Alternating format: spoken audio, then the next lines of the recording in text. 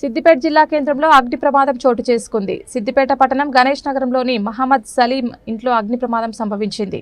విషయం తెలుసుకున్న ఫైర్ సిబ్బంది ఘటనా స్థలానికి చేరుకుని మంటలను ఆర్పారు. కాగా ఈ అగ్ని ప్రమాదంలో ఇంట్లోని బీరువాలోని సామాన్తో సహా ఫర్నిచర్ పూర్తిగా దగ్ధమైంది. అయితే ఎలాంటి ప్రాణ నష్టం జరగలేదు. షార్ట్ సర్క్యూట్తోనే అగ్ని ప్రమాదం సంభవించినట్లు ఇంటి యజమాని సలీం తెలిపారు.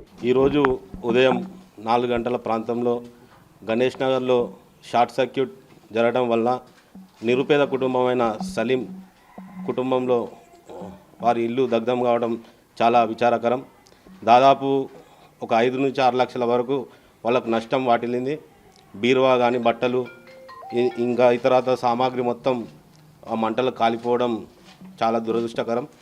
కాబట్టి ఈ సంఘటనపై అధికారులు వచ్చి తనిఖీ చేసి వాళ్ళకు తగిన సాయం చేయాలని చెప్పేసి మేము కోరుకుంటున్నాం. మేము ఇంట్లో లేము. రాత్రి 4 గంటల 37 నిమిషాలకు మా చుట్టుపక్కలైనటువంటి షౌకత్ ఫోన్ చేసిండు మాకు.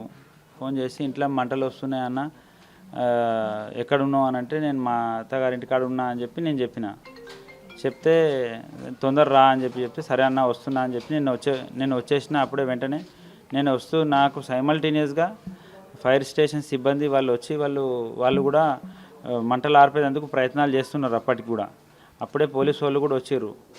దరిదాపుగా ఒక గంటన్నర 2 గంటల దాకా మంటలు ఆర్పారు.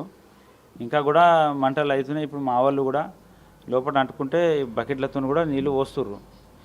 మా మొత్తం బీరువాలు, మంచము, పెళ్ళికి పెట్టిన బట్టలు అన్నీ మొత్తం కాలిపోయి బూడిదైపోయినాయి. చాలా వరకు నష్టం జరిగింది.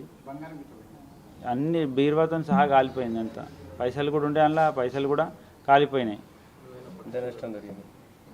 5 నుంచి 6 లక్షల వరకు నష్టం జరిగింది.